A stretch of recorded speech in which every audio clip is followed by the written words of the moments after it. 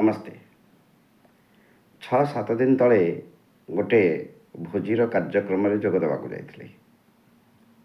देखिली जड़े स्त्री लोक से बसी बहुत मन दुखरे। मु पचारि मैडम कहीं बस भीतर को खावा जाऊना। मैडम कहले कौन करी पुओ आसी चप्पलटा छिड़ी लाज लगुच सेठिकी जावाई। तेणु अन्य उपाय न पाई मुझे अन्य जन चप्पलटी देली। से खाई आसिले राति होगला 11टा खंडे होगला। से एका आसते आईपारे। तेणु भोजीर आयोजक को कहली से व्यस्तता भितर छाड़ापी व्यवस्था कले किंतु आयोजक जनक भी बहुत हंतसंत है छाड़ापी।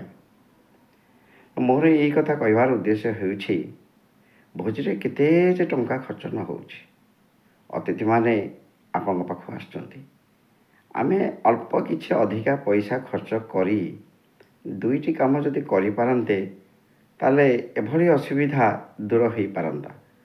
कौन ना भोजी मानक 600-700 लोक आसुचंदी। मु देखुची आजिकल अनेक लोकंकर भोजी रे एमती चप्पल छिंडवार बहुत थर भी देखिलानी।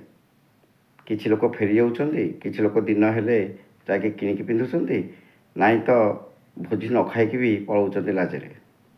तेणु आमे जदि गोटे मोचिकी 1000 टंका देकी बसैबा से 2-4 घंटा ताले अतिथि माने तांकर चप्पल जहाँ छिड़ीज से सजाड़ी पारे, बुट पॉलिश करें एवं पादुका सेवा से मोची द्वारा हो पार अतिथि मानकर।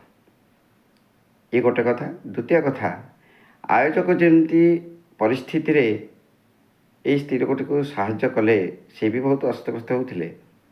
तेणु जदि आम गोटे भड़ा गाड़ी जाऊ 2-4 हज़ार टका जाऊ गोटे गाड़ी एक्सट्रा थी एमती असुविधा पड़ुवा लोक को नवा आने व्यवस्था जदि गोटे रहता ताहले भी भल हाँ। अन्य कहीं करुवे निश्चय किंतु यहाँ को गोटे कंपलसरी जदि भोजी भात रखा जाए ताले अतिथि मानक गोटे बहुत बड़ सेवा हम बोली मु भावुची।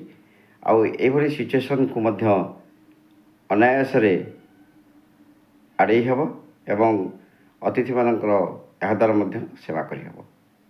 मतामत मत देवे भल लगे कि नहीं।